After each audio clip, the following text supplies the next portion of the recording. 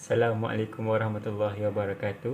Nama saya Amar Naufal bin Nazrali dan pada hari ini saya bersama ahli kumpulan saya iaitu Akmal Razi, Fatah Al-Bais dan juga Akmal Hakim akan membentangkan sedikit sebanyak tentang tajuk pemindahan dan pendermaan organ, sejauh manakah agama Islam membenarkannya. Okey, bagi pengenalan untuk tajuk ini, apakah itu maksud pemindahan organ? Pemindahan organ adalah pemindahan sel, tisu ataupun organ manusia daripada penderma kepada penerima yang lain dengan tujuan mengembalikan semula fungsi organ yang telah rosak. Okey, apakah pula maksud organ? Organ ialah alat yang berada dalam tubuh badan hidupan seperti manusia, haiwan maupun tumbuh-tumbuhan yang juga mempunyai tujuan dan fungsinya yang tersendiri.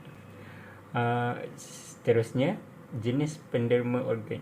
Terdapat dua jenis penderma organ, iaitu yang pertama penderma hidup dan yang kedua penderma kadavrik. Penderma hidup, apakah itu penderma hidup? Penderma hidup ialah orang yang masih hidup dan menderma organnya kepada penerima yang lain. Apakah jenis organ yang boleh didermakan oleh penderma hidup? Penderma hidup hanya boleh menyumbangkan sedikit saja daripada organ mereka yang tertentu. Hal ini demikian kerana penderma hidup mempunyai risiko yang perlu ditanggung jika mereka hendak menderma organ mereka.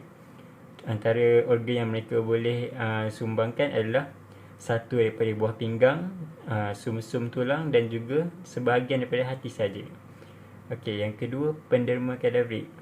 Penderma kadavrik ialah penderma yang telah pun meninggal dunia. Antara organ yang boleh didermakan oleh penderma kadavrik ialah paru-paru, hati, jantung, tulang, mata dan juga kulit. Okey, apakah dia pandangan agama Islam terhadap pemindahan organ?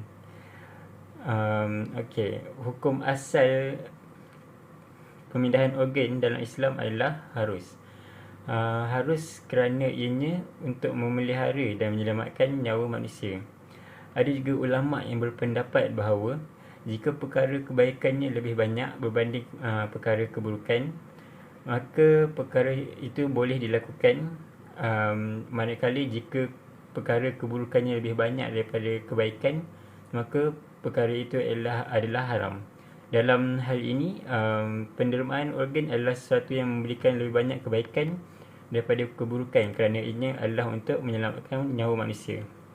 Ada juga ulama' yang berpendapat bahawa pemindahan organ ini boleh dilakukan dengan 4 syarat, iaitu penderma mengizinkan pendermaan tersebut sebelum kematiannya dan penderma juga mestilah akil baligh dan juga waras.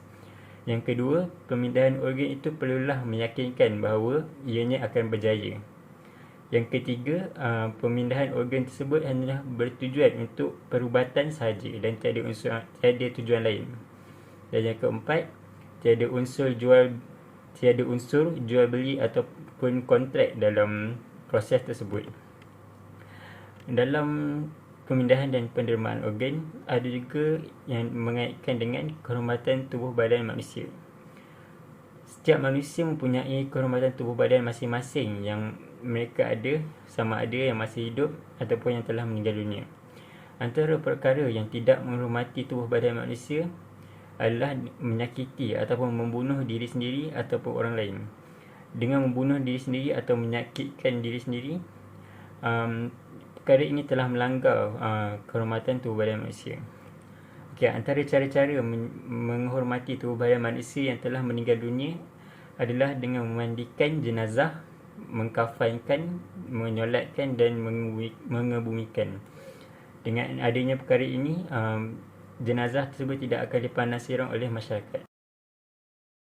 Pemindahan dan pendermaan organ yang dibenarkan di dalam Islam. Seperti yang kita tahu, pemindahan dan pendermaan organ ini tidak dibincangkan di dalam Al-Quran dan Al-Sunnah kerana ia adalah perkara baru yang berlaku pada abad ke-20-an dan tidak berlaku pada zaman dahulu. Seterusnya adalah objektif kedua, iaitu untuk mengetahui tujuan sebenar pemindahan organ ini. Secara ringkasnya, pemindahan organ ini dilakukan untuk menyelamatkan pesakit yang mempunyai masalah organ. Yang terakhir sekali adalah untuk mengetahui hukum fiqh yang digunakan dalam pendermaan dan pemindahan organ. Seterusnya adalah untuk kajian literatur. Hanya sebanyak 5,697 orang sahaja di Malaysia yang berikrar untuk menderma organ setakat hingga Oktober pada tahun 2021, dan jumlah sebenar yang menderma organ adalah hanya sebanyak 751 orang. Ini menunjukkan bahawa penderma organ di Malaysia adalah sangat sedikit. Banyak usaha yang telah dilakukan oleh pihak kerajaan dan juga bukan kerajaan dalam menangani masalah ini, tetapi masih tiada solusi yang paling terbaik.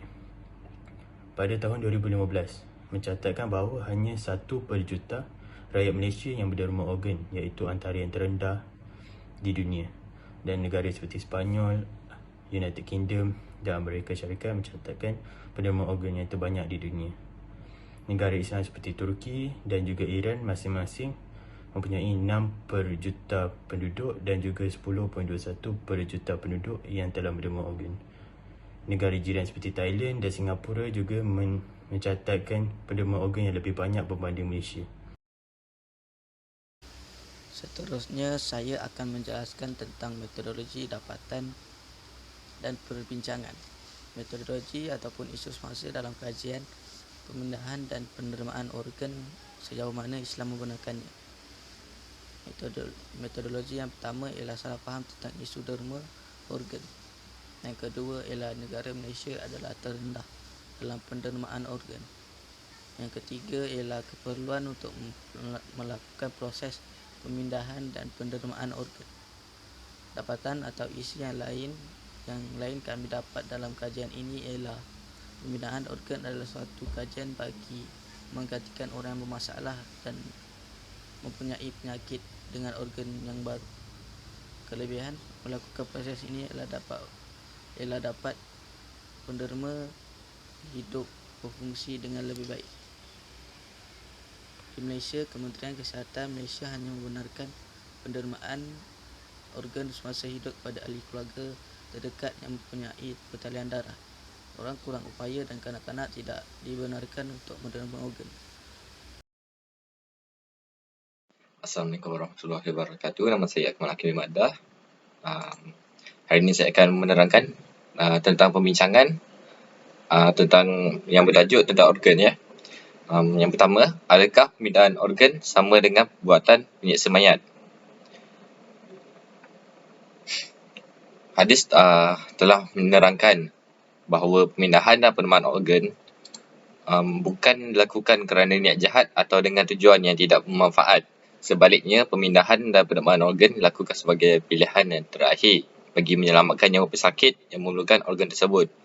Memelihara nyawa adalah salah satu daripada maqasid al-syariah atau objektif syariah. Larangan yang dinyatakan menerusi hadis ini terbatal apabila wujud keperluan yang lebih utama yang mengatasi larangan tersebut, iaitu untuk menyelamatkan nyawa manusia. Niat di sebalik pendermaan organ adalah murni dan baik. Proses pendermaan organ juga dilakukan dengan penuh cermat, teliti dan penuh penghormatan terhadap tubuh penderma yang sudah meninggal dunia, sama seperti penderma yang masih hidup. Malah, proses pemindahan organ juga dijalankan dengan secepat mungkin bagi membolehkan urusan penguburan jenazah tidak terkendala. Yang kedua, adakah pendermaan organ melanggar hak dengan amanah yang diberikan kepadanya supaya memelihara maruah dan kehormatan jasadnya apabila dia mendermakan organ?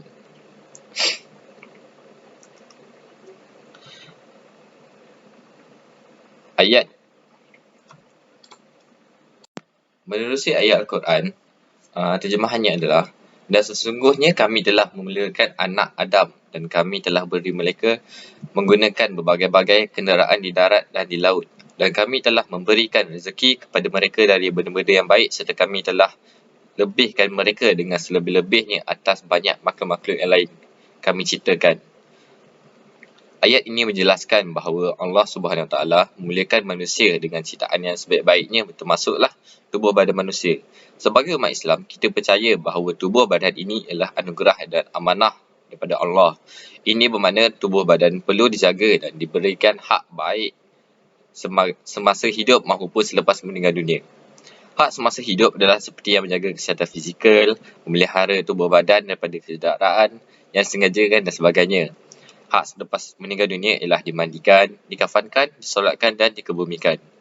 Perbuatan menderma organ baik semasa hidup maupun selepas meninggal dunia sama sekali tidak bermaksud seseorang itu melanggar hak dan amanah tubuh badannya kerana penderma bukan dengan sengaja mencacatkan atau merosakkan anggotanya. Sebaliknya, perbuatan menderma organ dilakukan dengan niat yang baik bagi menyelamatkan nyawa orang lain. Dalam kata lain, perbuatan menderma organ memberi peluang kepada orang lain untuk meneruskan kehidupannya di samping menunaikan hak dan amanahnya terhadap tubuh badannya. Yang ketiga yang terakhir, adakah penderma organ menanggung dosa orang yang menerima organnya? Jawapannya adalah tidak, kerana setiap orang mukallaf, iaitu baligh, berakal dan mumayyiz, bertanggungjawab ke atas tindak tanduknya sendiri. Allah Subhanahu Wa Taala pernah berfirman dalam Al-Quran. Terjemahannya adalah, katakanlah, patutkah aku mencari Tuhan selain Allah, padahal dialah Tuhan bagi tiap-tiap sesuatu, dan tiadalah dosa yang diusahakan oleh tiap-tiap seorang, melainkan orang itu adalah sahaja yang menanggung dosanya, dan seseorang yang boleh memikul dan tidak akan memikul dosa perbuatan orang lain, bahkan dosa usahanya sahaja. Kemudian kepada Tuhan kamulah tempat kamu kembali, lalu ia menerangkan kepada kamu akan apa yang akan kamu berselisihan padanya. Sebaliknya, Dr. Yusuf Al-Qaradawi berpandangan bahawa orang yang menderma organ akan diberikan ganjaran pahala kerana perbuatan menderma organ terangkum di bawah sedekah jariah, yang merupakan salah satu daripada 3 perkara yang akan membuat ganjaran berterusan selepas kematian. Kesimpulan daripada tajuk ini, Ibn Qayyim Al-Jawziyah meletakkan pengorbanan jiwa raga pada peringkat yang tertinggi sekali daripada 10 jenis pengorbanan yang beliau sebutkan dalam Madarij Al-Salikin. Penderma organ boleh dikategorikan di bawah pengorbanan jiwa raga seperti yang dinyatakan oleh Ibn Qayyim Al-Jawziyah ini. Ini kerana penderma sanggup menderma organnya kepada pesakit yang memerlukannya dengan syarat-syarat yang ditetapkan. Menyelamatkan nyawa manusia adalah salah satu daripada tumpuan penjagaan syarak dalam Islam. Pendermaan organ juga melahirkan individu dan masyarakat yang mempunyai rasa tanggungjawab untuk membantu satu sama lain, tanpa mengira latar belakang, agama, bangsa, pangkat dan harta. Sekian daripada saya, Akmal Hakim Madah. Sekian, terima kasih.